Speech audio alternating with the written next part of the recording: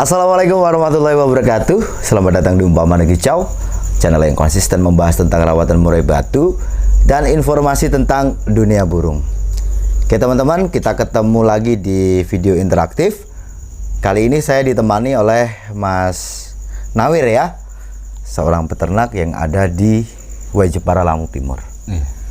Oke teman-teman, di video kali ini seperti mana biasanya, saya akan menjawab pertanyaan teman-teman yang sudah teman-teman tulis di kolom komentar YouTube. Tapi sebelumnya paling tidak saya mau tanyakanlah kabar Mas Nawir gimana nih hari ini. Kabarnya gimana Mas? Alhamdulillah sehat Mas. Sehat ya? Iya. Nah, produksinya lancar nih? Ya alhamdulillah lancar. Lancar ya.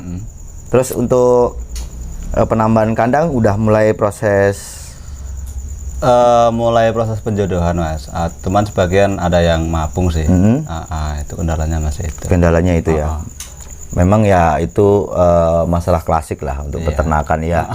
Jadi kita punya 50 taruh gitu ya. Nanti paling yang 5 gitu tuh mabung gitu. Mapung. Gitu. Ya persentasenya pokoknya 90% itu udah bagus lah menurut saya. Untuk peternakan ya teman-teman ya. Ini kayaknya tambah-nambah terus nih ya. Ya. Luas termasuk nih tempatnya Mas Nawir ini ya masih cukup lah, kalau untuk 10 lagi cukup lah Mas ya. Ya masih cukup. Oke Mas Nawir, kita coba pertanyaan dari teman-teman ini kita jawab ya.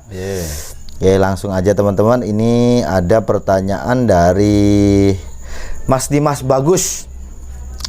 Mas Anda, betinaku sudah angkut sarang, terus tapi belum berani sama jantan. Malam pun tidur jauh dari jantan.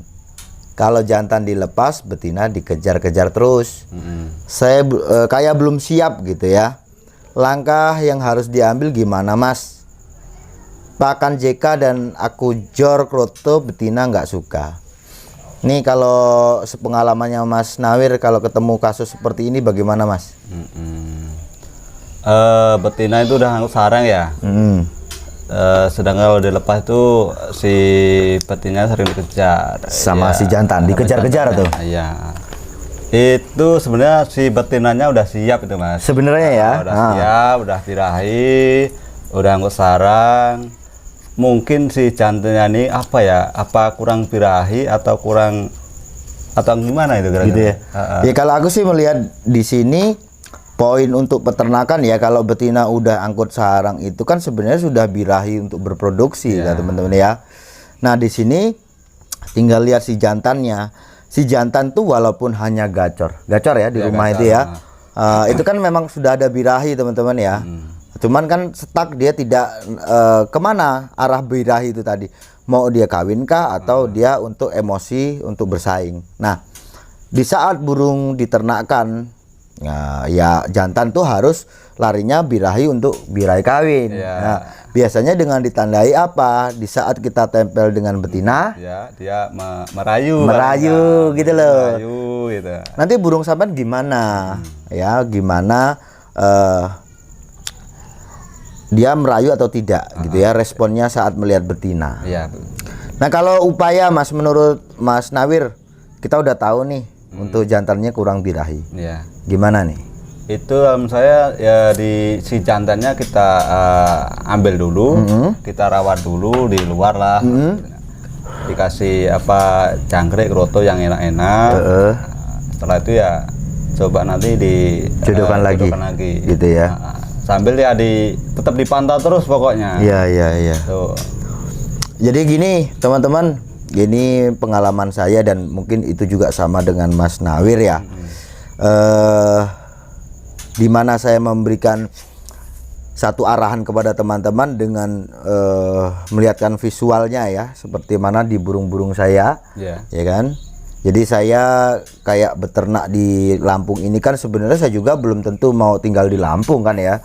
Cuman karena di mana itu saya berada, saya kan pengen memberikan sesuatu dengan teman ya. Saya akan upayakan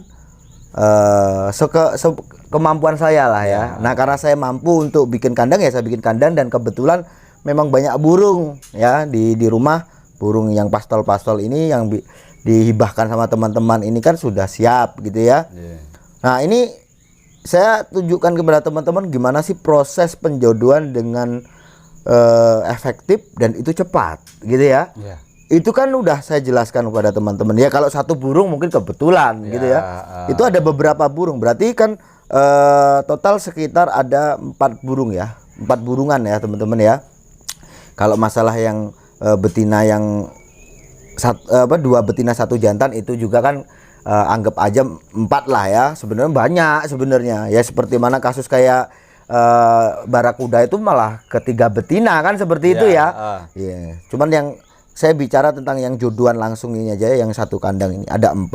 Nah semua itu saya proses dengan penjodohan yang sangat singkat gitu ya.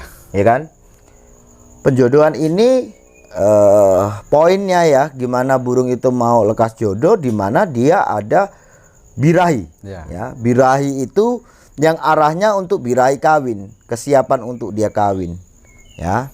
Memang burung yang kita rawat seperti mana rawatan harian, burung gacor itu udah kawin, udah birahi. Tapi kan arah ini harus klimaks teman-teman ya. Karena burung niatnya untuk diternakkan. Ya seperti mana burung yang dilombakan, dia gacor itu udah ada birahi. Tapi tidak cukup di situ, karena burung juga harus punya emosi, harus ada sensitivitas dan sebagainya. Gitu ya. Nah, saya pastikan aja kesiapan di burung saya mulai dari cek fisik yang jelas. Ya kan? Lah burung kalau sekarang umurnya tua pun, kalau dia itu permasalahannya kayak seperti mana burungnya berlemak dan sebagainya, pasti nanti ya juga bermasalah. Ya kan? Terus burung dalam keadaan yang tidak sehat, dia terserang bakteri mungkin ya, atau dia terserang parasit nih yang nggak kelihatan. Itu kan kalau bakteri mungkin dia sakit, tapi kalau parasit kan nggak sakit tuh.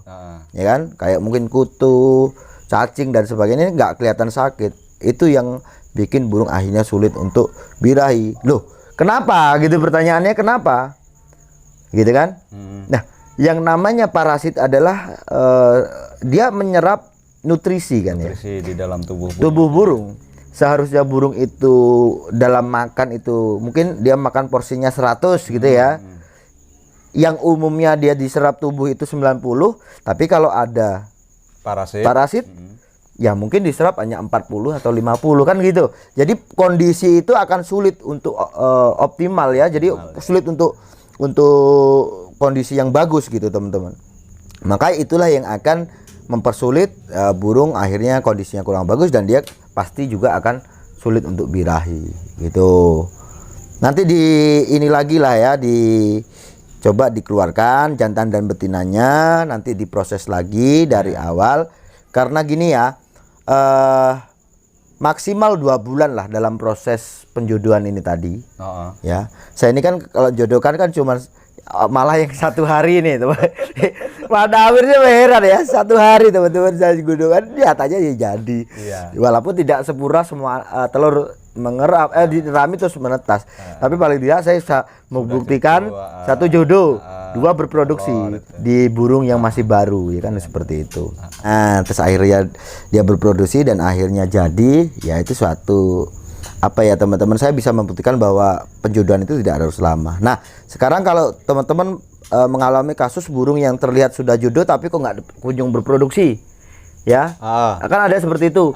Kalau itu waktunya antara 1 atau 2 bulan, menurutku mending dicabut. Kadang-kadang kalau udah jodoh cuma nggak terproduksi, kayak teman gitu loh. Itu temen gitu kan. Jadi dia karena udah terbiasa kayak kita gini mas, kita udah lama nih ya ketemanan dengan cewek gitu kan ya. Nah cewek itu kan udah nganggap kita sebagai kakak gitu. Kita mau ngutarain saya suka kamu itu kayaknya gak enak gitu loh teman-teman. Jadi gimana ya kan, repot juga gitu. Udah anggapannya udah adik kakak gitu loh. Mending dicabut dulu, ditahan dulu, nanti dijodohin lagi. Ya gitu. Kalau udah terlalu lama seperti itu, biarkan nanti sifatnya itu lagi nanti apa ya, dia ada naik lagi ya, keinginan kawin itu nanti hadir lagi gitu. Kayak temen ya. Oke lah, jadi lanjut ya ke pertanyaan teman kita berikutnya. Ini ada dari Mas Angga Permata. Assalamualaikum Om Sanda. Waalaikumsalam. Izin bertanya, kasus murai batu yang saya ternakkan nih, sebelumnya lancar berproduksi, tapi sekarang burung lama tidak panen. Sepertinya induk betina saya lihat kurang nyaman saat mengerami telurnya. Mohon jawaban terbaiknya agar burung saya lancar produksi kembali. Ini kalau aku lihat nih, ya memang sesuatu yang ada gangguan ya teman-teman ya, berarti kan ada gangguan. Atau serangga, atau dari kutu atau gurem itu di glodoknya, biasanya seperti itu. Ya selain hewan buas seperti mana tikus sama kucing gitu ya, atau tempatnya kurang nyaman atau panas atau gimana, biasanya seperti itu. Nanti dia ada perilaku seperti itu teman-teman. Ini kayak pengalaman sama yang di glodok kok nggak mau nelur, nggak jadi ini gara-gara ada apa mas? Kecoaknya ya. Itu teman-teman. Jadi ya itu tadi kita harus kontrol lah ya, harus kontrol. Mungkin berapa kali panen sekali bisa kita kontrol lah ya, untuk memastikan bahwa sarang itu aman. Karena ini insting alami burung, walaupun burung sudah kita rawat lama, karena ini dia punya insting alami ya, bahwa anak itu harus dilindungi dengan benar. Ya suatu contoh begini, ada burung yang tadinya berproduksi enak, saat kita mungkin sedikit mengganggu, akhirnya anaknya dibuang. Seperti itu kan, hal-hal seperti itu yang mengganggu. Jadi cobalah berikan tempat yang betul-betul nyaman pada burung kita, dan kemungkinan besar burung bisa berlaku seperti itu, yang seharusnya dia nyaman gitu ya teman-teman ya. Terus dia kok kelihatan nggak nyaman, berarti pasti ada permasalahan di situ. Di glodok. Dan burung yakin ya, setahu burung itu glodok itu harus betul-betul aman. Ya kan? Walaupun dia sudah kita pelihara lama dan bisa menyesuaikan, tapi karena dia itu ada insting alami, telur itu dia harus bisa menetas ya, dia mengerami itu harus di tempat yang menurut dia aman. Aman nyaman gitu ya. Itulah nanti dipastikan lagi di glodoknya, nanti pasti mungkin ada permasalahan di glodok, ada ya itu kayak Mas Nawir itu kecoa mas ya. Coba iya, biasanya di bekas sarangnya itu kayak ada gurem atau apa gitu. Tuh biasanya kan sehabis netes sarangnya itu nggak kita buang ya, diganti ya, sebulan atau 2 bulan kali diganti. Itu mungkin kalau ada gurem atau kutunya, mungkin sewaktu dia mengeram itu nggak nyaman mungkin ya, digigitin gatel gitu ya. Itu nanti dicek lagi om. Oke, selanjutnya ini ada pertanyaan dari Mas Anton JFBF. Oh ini berarti peternak ini ya, Breed Farm.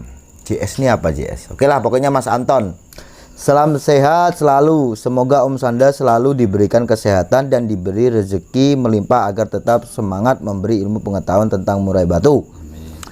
Setelah saya nyimak ulasan video dari Umpamanik Kicau tentang peternakan, yang dulunya burung saya ternakan tidak berproduksi, akhirnya berproduksi. Yang ingin saya tanyakan kenapa induk saya tidak mau berproduksi lagi? Di beberapa waktu menelur dan mengeram tapi tidak netas. Semoga dijawab pertanyaan saya ini. Mohon maaf lama tidak melihat konten Om Sanda karena sibuk kerja. Oke, saya bantu jawab nih ya. Gimana mas? Kalau menurut sampai nih, Mas Nawir dulu coba ya, ditanya Mas Nawir. Jadi burung ini sudah, jadi gini, kalau dilihat dari pertanyaan ini ya, teman kita ini mungkin tadinya beternak burung, terus lama tidak berproduksi, akhirnya ya kebetulan melihat channel Umpamane, ada arahan dari saya, di situ akhirnya disimak dan intinya burung akhirnya berproduksi tuh, berhasil produksi. Nah sekarang mungkin karena kesibukan nggak sempat lihat ulasan video kan, biasa mas, teman-teman itu kan iya, dan itu memang hak teman-teman. Sewaktu kita ada permasalahan kita akan mencari ya kan, ada butuh itu kan pasti cari. Ya saya sebenarnya pengen tanya apa nih, kasus apa, tak cari nih sampean.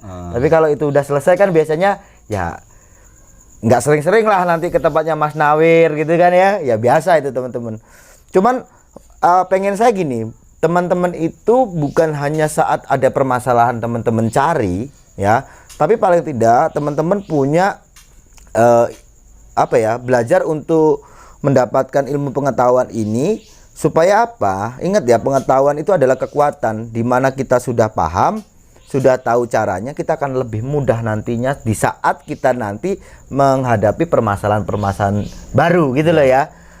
Oke lah, sekarang ini sampean aja jawab nih dulu ya. Gimana nih? Ini tadi ini ya. Tadinya udah netes lah gitu ya produksi, kok sekarang nelor nggak netes.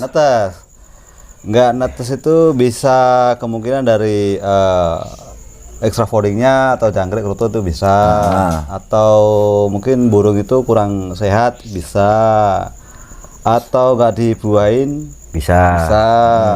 Atau yang jantan atau betina yang lemak juga bisa gitu ya. Bisa itu. Ya kalau kasus ini ya sebenarnya kalau dari EF itu kan memang pendukung semua itu di EF betul ya kan ya. Ya adanya telur itu berbentuk sempurna atau tidak itu juga larinya tetap ke nutrisi, pengertian gitu, kan seperti itu. Tapi di sini kan burung jelas sudah mau bertelur ya, mau bertelur. Terus ini jadi grafiknya mungkin gini Mas. Burung itu lama dijodohkan kok nggak bertelur-telur tuh lama, terus akhirnya mau produksi. Ya produksi itu netes apa? Netes berproduksi netes, tapi terus akhirnya burung bermasalah lagi. Dia nelor tapi tidak jadi. Ada yang lama dia tidak bertelur gitu ya. Kalau aku lihat ini tadi teman-teman, jadi kemungkinan besar ya ini kasusnya ada di induk yang berlemak. Jantan dan betinanya. Mungkin iya. Kalau betinanya ini seharusnya kalau dia tuh aman, seharusnya dia tetap bertelur terus. Di sini terlihat walaupun nggak dibuahi. Nggak dibuahi, dia harus nelur terus ya. Walaupun nggak dibuahi. Walaupun tidak dibuahi. Tapi di sini kadang dia nelur, kadang enggak, lama nggak nelur. Berarti dia juga ada permasalahan di lemak. Nah kalau dia tidak netas, walaupun dia kawin, kalau dia itu berlemak biasanya memang nggak jadi, gitu loh, nggak jadi gitu. Jadi berarti coba kita lebih gimana itu? Angkat dulu. Jantan dan betinanya kita angkat dulu. Kita rawat. Kalau memang dia berlemak, ya kita harus hilangkan lemaknya itu. Nah, cara lemak hilang itu kan banyak versi. Ada yang disilet, dioperasi. Ya, lemak di dada, di bawah leher nih teman-teman ya. Itu. Terus ada yang ditusuk-tusuk jarum. Jadi dari pori-pori. Itu kan sebenarnya di luar daging. Itu ya? Iya, lemak itu di luar daging, di bawah kulit, di atas daging. Ada yang ditusuk-tusuk ya. Cuman ternyata itu tidak menyelesaikan. Memang dia tidak berlemak, hilang lemaknya. Tapi akhirnya burung ada yang mati, ada yang dia tetap hidup. Kalau ditusuk itu hidup, Mas. Kalau ditusuk itu ya? Hidup. Karena itu enggak enggak sepenting dia nggak infeksi parah ya hidup lah. Kalau silat itu jelas lah ya karena lebar. Ini ya kalau ini apa dijemur atau gimana itu? Nah itu metode yang butuh waktu tapi itu paling efektif. Paling efektif atau aman lah. Aman. Ini kayak kasus mana burungnya Mas Akmal yang sudah hampir 2 tahun ya, kurang lebih hampir 2 tahun produknya bermasalah. Itu kan saya langsung melihat, langsung bisa dilihat orang burung yang berlemak itu bisa kok teman-teman dilihat itu. Kayak di sini kayak tebal gitu loh, yang jantan dan betina itu biasanya seperti itu. Kalau betina kan seharusnya kalau dia aman kan yang tebal yang di bawah, ya kan karena dia bawa telur. Tapi kalau udah di bawah leher, itu bisa dipastikan burung itu memang ada lemak. Nah saya suruh cabut. Ya, waktu itu cukup parah karena lemak itu juga sudah keras. Jadi kalau hanya dijemur aja ya memang bisa, cuman itu prosesnya terlalu lama. Yang paling cepat itu pakai seko. Seko, tahu sama seko? Kurang paham. Seko itu kita ambil lap itu ya, handuk. Itu. Atau yang paling enak itu pakai spons. Busa spons. Busa spons. Kita kasih aja air hangat. Kita tempelkan aja di dada dia. Di mana lemak itu ada. Hangat-hangat kuku itu ya? Jangan panas. Kalau panas nanti melocot. Akhirnya kan gitu. Terus itu hanya ditempel. Hanya ditempel. Jangan dioles. Ditempel gitu. Kalau dioles nanti jaringan kulitnya bermasalah. ngelocop itu tadi loh Mas ya. Jadi bermasalah itu nanti. Hanya ditempel aja sebentar, nanti terus dilepas lagi di sangkar, dijemur. Oh itu. Jadi diolesnya bulunya itu dibuka gimana itu? Ya itu kan enak. Kalau betina sudah berproduksi atau siap itu kan kalau kita tiup pasti sininya kan mulus ya kan, mulus. Jadi ya itu tadi ditiup aja kan, tempel air gitu, diamkan terus air itu dijemur. Ya dijemur. Nanti itu sekitar 1 minggu lah, 3 hari sampai 1 minggu itu kelar. Oh, dilakukan berulang-ulang itu ya? Ya, kenapa harus diseko? Jadi sifat lemak ini kan sifatnya minyak. Oh, minyak. Lemak ini kan minyak yang menggumpal lah, istilahnya seperti itu.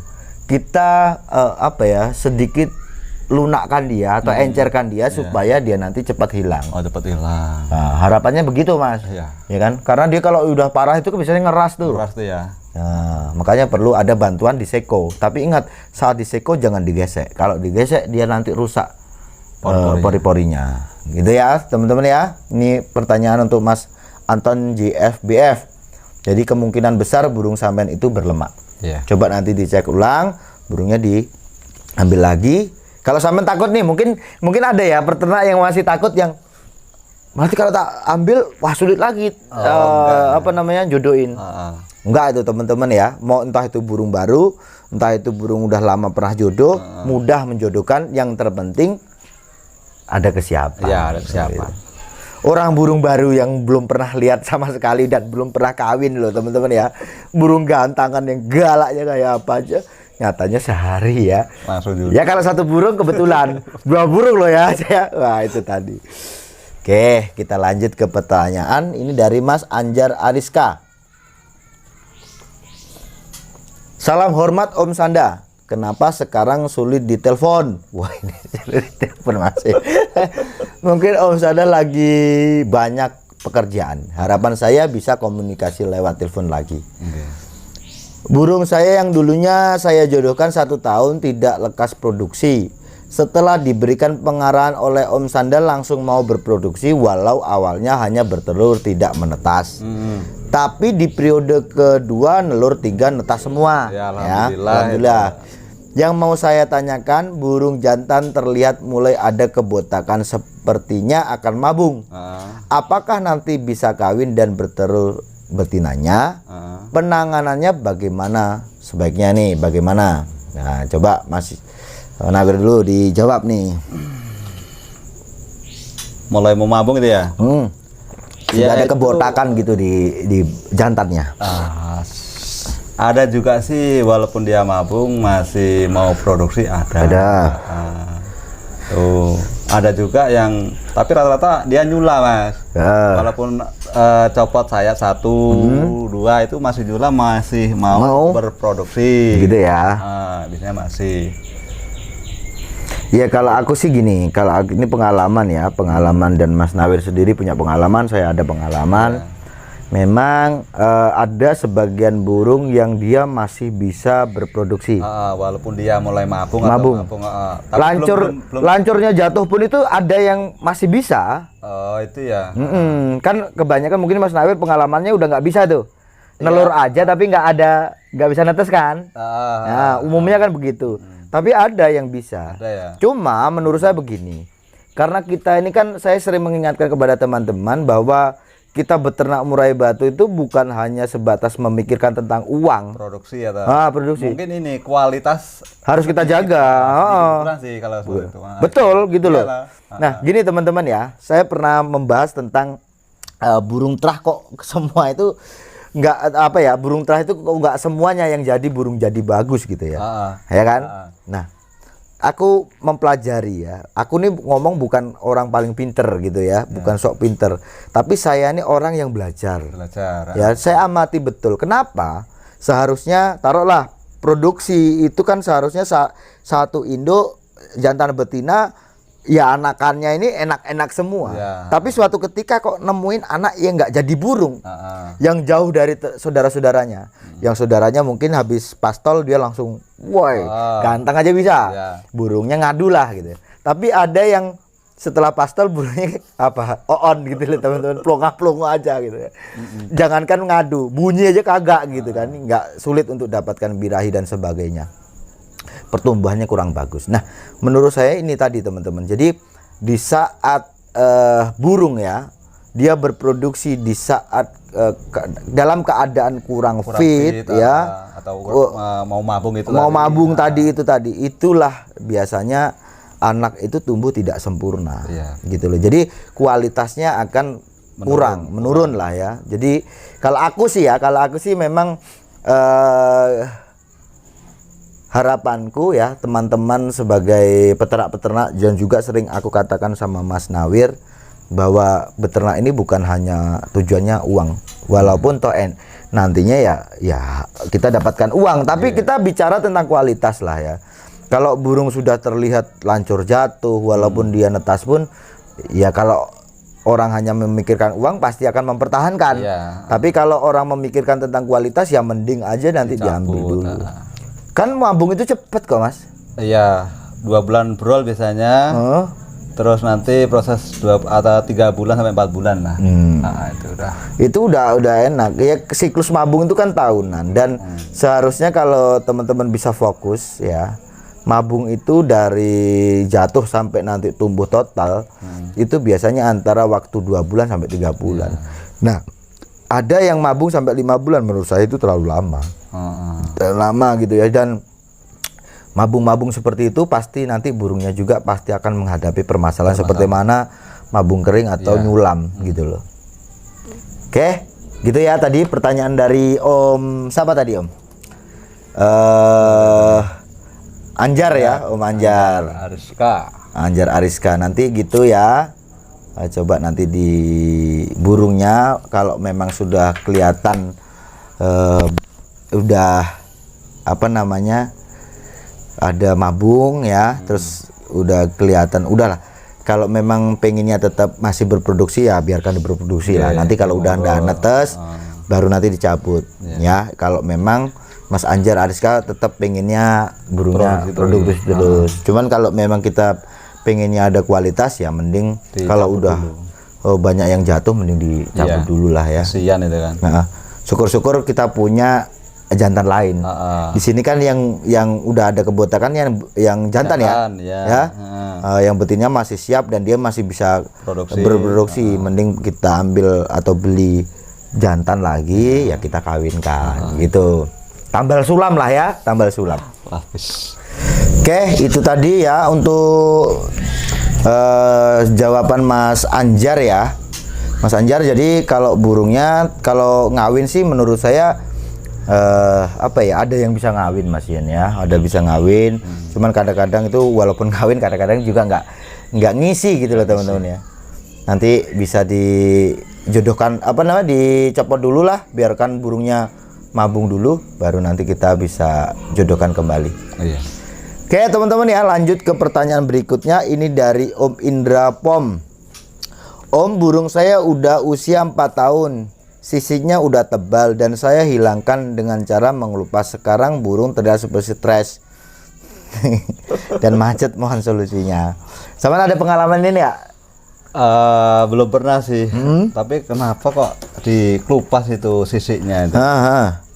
Tapi kalau menurut pengalaman sepengetahuan saya dari kawan itu, dikelupas ada yang lumpuh Mas. Berdirinya ya pokoknya lumpuh lah, ada itu. Pernah dengar tuh ya. 1, 2. Ya kalau aku gini ya, karena sebenarnya itu kan harapan orang mau ngelupas itu kan supaya burungnya terlihat lebih muda. Lebih muda gitu kan, ya. Gitu.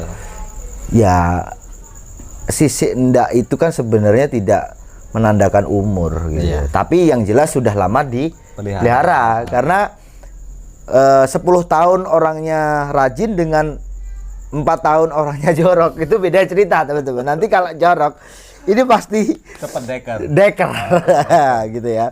Nah sekarang gini, untuk kasus seperti ini saya ada pengalaman di beberapa burung seperti ini. Seperti mana contoh barakuda aja gitu ya. Barakuda itu juga itu saya kelupas ya.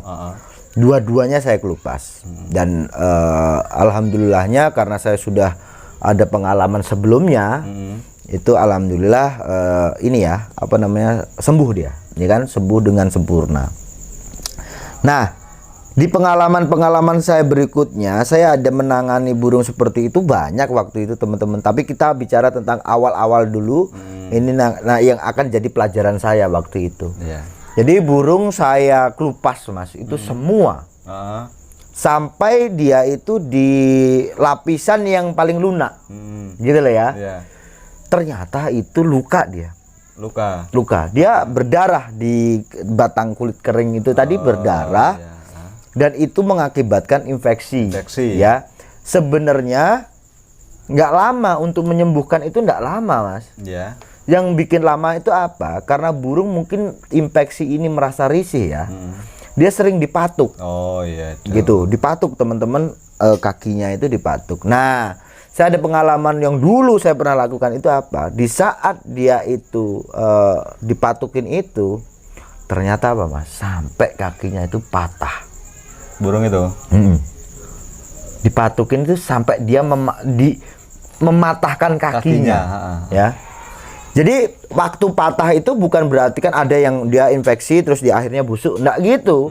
Itu tetap segar, hanya saja itu dia ada koreng itu tadi dipatukin terus sampai dia mematahkan kakinya.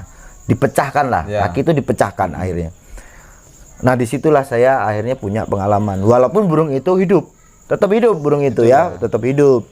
Nah, di burung-burung berikutnya, karena saya udah ada pengalaman seperti itu, jadi saya tidak akan mengelupas burung itu sampai ke kulit arinya. Yang itu kan kalau lapisan-lapisan itu nanti ada lapisan yang memang dia sedikit agak lunak, dia lebih tipis, memang kelihatan tipis. Kalau yang lapisan atas itu enak Mas, itu kasih aja minyak atau pakai kapur sirih ya, itu aja nanti kelupas sendiri. Tapi waktu itu mungkin saya ambisi ya, untuk biar dia kelihatan kayak cabai-cabean lagi ya kan. Karena orang itu biasanya masih banyak yang belum paham, dikira ya ini tadi kaki itu masih muda gitu ya. Ya dulu kan kita kios burung Mas gitu ya. Jadi kan orang biar yakin dengan muda hutan itu kan, kakinya yang kelihatan mulus gitu. Padahal muda hutan itu belum tentu juga umurnya masih bocil. Padahal dia itu ya bisa juga umur 10 tahun itu kalau masih di hutan juga kakinya tetap aja nggak deker ya kan. Nah, gitu loh. Kalau di hutan ya. Jadi ya setelah saya pengalaman seperti itu, akhirnya apa? Ya saya tidak mengelupas kulit ari itu. Satu. Terus kalau itu pun masih ada iritasi luka gitu ya. Maka ya apa yang saya lakukan yaitu memberikan sedotan. Oh, di kakinya itu? Ya. Ya, jadi saya kasih betadin dulu, saya kasih sedotan. Nanti dia walaupun matuk teman-teman, yang dipatuk adalah sedotannya. Itu ya. Dan akhirnya dengan pengalaman itu tadi aman semua. Sampai barakuda itu aman. Kaki barakuda itu nggak deker loh teman-teman ya. Nggak deker loh ya. Aman itu. Nah, itu. Oke. Kalau burungnya stres, macet bunyi, nah ini kan solusinya sekarang. Jadi apapun penyebab burung itu stres, ya, yang jelas gimana caranya burung itu bisa menekan stresnya lagi, sembuh dari stresnya, yaitu memberikan pakan yang paling dia suka itu apa? Biar dia merasa gini, stres itu nanti berdampak pola makan. Kalau burung itu stresnya berat, dia nafsu makannya berkurang, akhirnya sakit dan mati. Yang ditakutkan itu, maka diberikan aja makan yang enak supaya nanti dia cepat pemulihan. Ya, nah tidak banyak gangguan dan rawatan ini menurut saya lebih bagus. Malahan ya. Karena kalau terlalu banyak rawatan, burung itu malah nambah stres. Ya kayak gini loh, supaya saya waktu kita muda dulu Mas ya. Ya, ini ngobrol kita nih ya. Muda dulu, kita ada masalah dengan pacar kita gitu ya. Terus ya apa yang kita lakukan sama pacar kita itu tadi kan nggak terus banyak perhatian yang ini, nggak gitu juga. Karena nanti kalau dia malah terlalu banyak perhatian kita berikan, dia tambah tambah marah, ya kan? Ya sedikit memberikan sesuatu yang nyaman aja cukup gitu loh. Nanti dia akan, setelah dia hilang marah itu tadi, ya kan? Burung ini kan masih marah sama masnya karena dicopotin itu tadi, ya kan? Ya kita kalau sama pacar kita dulu kan gitu, pacar mungkin marah, ya cukup kita memberikan apa yang ya perhatian yang inilah ya teman-teman. Tapi kalau teman-teman itu sok tidak ada masalah gitu ya, tetap ya dia tambah marah gitu kan. Dia pasti tambah marah itu kan. Ya burung juga seperti itulah ya. Dia tambah marah nantinya. Mas Indra Pom ini tadi ya, untuk masalah sisik ini karena burungnya stres, nanti berikan aja dia makanan yang bagus ya, supaya dia merasa enak makan. Nah, terus jangan terlalu banyak rawatan lah ya. Ya rawatan seperti apa ya, menjemur burung, mandikan burung itu jangan dulu untuk beberapa waktu, supaya dia kembali kepercayaan lagi kepada kita lah. Ya, ini kan dia masih jengkel gitu ya sama kita, karena kita udah proses dia seperti itu. Dia stres ini kan karena takut dengan apa yang kita lakukan itu tadi. Ya. Trauma lah. Trauma gitu kan. Biasanya nanti kalau dia udah nyaman, dia tanya apa dengan bunyi-bunyi itu ya. Dia mulai bunyi-bunyi lagi, nanti silahkan nanti mulai dirawat lagi. Oke, lanjut lagi ke Mas Saputra Alfian. Kebetulan banget lagi terjadi sekarang MB Nias ya, sebelumnya juara terus, di bawah sekarang lagi tekuk leher. Ya kalau masalah tekuk leher ini pengalaman saya, kalau untuk ukuran Nias itu umum. Apa ya, ini bukan karena burung itu rusak, bukan gitu ya, karena memang udah karakter. Hari ini juara, besok nggak juara, itu ya seperti itulah. Maka saya sering katakan Nias itu kelemahannya ada di kurang stabilnya burung itu gitu loh. Jadi kalau masalah yang lainnya, Nias itu kalau dibilang waktu kerja, mau kerja gitu aja teman-teman, ya paling bagus menurut saya Nias itu. Nias itu ya. Ya memang itu sudah jatahnya. Jadi di mana ada kelebihan, di situ ada kekurangannya gitu. Maka sebagai pelengkap itu apa ya, sebagai peternak kita itu berusaha untuk membuat ya dari kelemahan itu kita bisa tutupi dengan cara apa ya, dengan menyilang-nyilangkan ini tadi gitu ya, dengan harapan kita bisa menutupi sisi lemah, kekurangan ini tadi ya, kelemahan ini tadi gitulah. Ini tugas peternak-peternak ini ya, seperti mana Mas Nawir. Jadi peternak itu jangan kolot gitu loh ya teman. Wah saya Lampung aja, saya Medan aja gitu. Zamannya sekarang itu zamannya crossing gitu ya, untuk mencari kesempurnaan. Oke lah, mungkin Mas Nawir untuk video interaktif kali ini kita sudahi di sini dulu ya. Ini tadi peternak-peternak teman-teman ini banyak yang menanyakan tentang peternakan gitu ya. Ya alhamdulillahnya dengan adanya banyaknya peternakan murai batu ini tadi ya, apa ya, bisa melestarikan lah ya, untuk burung murai batu. Kalau masalah pertanyaan nanti burungnya tidak laku atau nanti harganya murah ya, itu kan apa ya, orang itu tidak boleh pesimis. Rezeki itu udah ada yang ngatur. Dan ya seperti mana Mas Nawir, yang kita bisa meminta pendapat dari Mas Nawir, ilmu dari Mas Nawir. Padahal Mas Nawir ini peternak, ya kan? Ya, peternak itu bukan berarti terus Mas Nawir memberikan pengetahuan ini tadi terus ya, kalau orang kolot ya kayak gitu teman-teman ya. Wah nanti kalau saya kasih ilmunya nanti orangnya ternak pinter, saya nanti kita itu saling berbagi, gitu. Saling sharing, bertukar pengalaman lah gitu. Saya juga masih belajar dan terus belajar. Gitu. Berapa tahun Mas Nawir ternak ini? Sebenarnya dulu dari tahun 2013 itu udah mulai belajar lah ternak ya. Mulai jadi. Berarti udah berapa tahun tuh? 13 dulu Mas. Terus setelah 2 tahun aku nambah 2 pasang, setahun nggak jadi itu Mas. Akhirnya jatahnya mati, aku berhenti dulu. Mulai lagi di tahun sekitar udah 3 tahunan ini lah. 3 tahunan ini. Dan alhamdulillahnya ini malah terus nambah. Ya, tuh kan. Oke lah. Makasih Mas Nawir ya. Ini udah mau berbagi ilmu pengetahuan ya. Jadi untuk teman-teman itu ya, saya nggak pernah meminta dan memaksa teman-teman untuk menyukai semua konten yang saya berikan. Tapi yang jelas di sini niat saya tulus untuk memberikan ilmu pengetahuan kepada teman-teman, dan ini semua sifatnya adalah loyalitas ya. Ya kalau teman-teman, saya yakin kok kalau teman-teman selalu mengikuti, maka teman-teman nantinya apabila menemukan suatu masalah pada burungnya, teman-teman akan lebih mudah untuk menyelesaikannya. Karena apa yang saya suguhkan di sini adalah ilmu pengetahuan tentang, ya karena saya membicarakan tentang murai batu, ya jelas aja kasus-kasus murai batu lah ya. Gitu. Gitu aja teman-teman ya. Saya Sanduri, Munawir. Kita ketemu lagi di video interaktif berikutnya. Sukses selalu.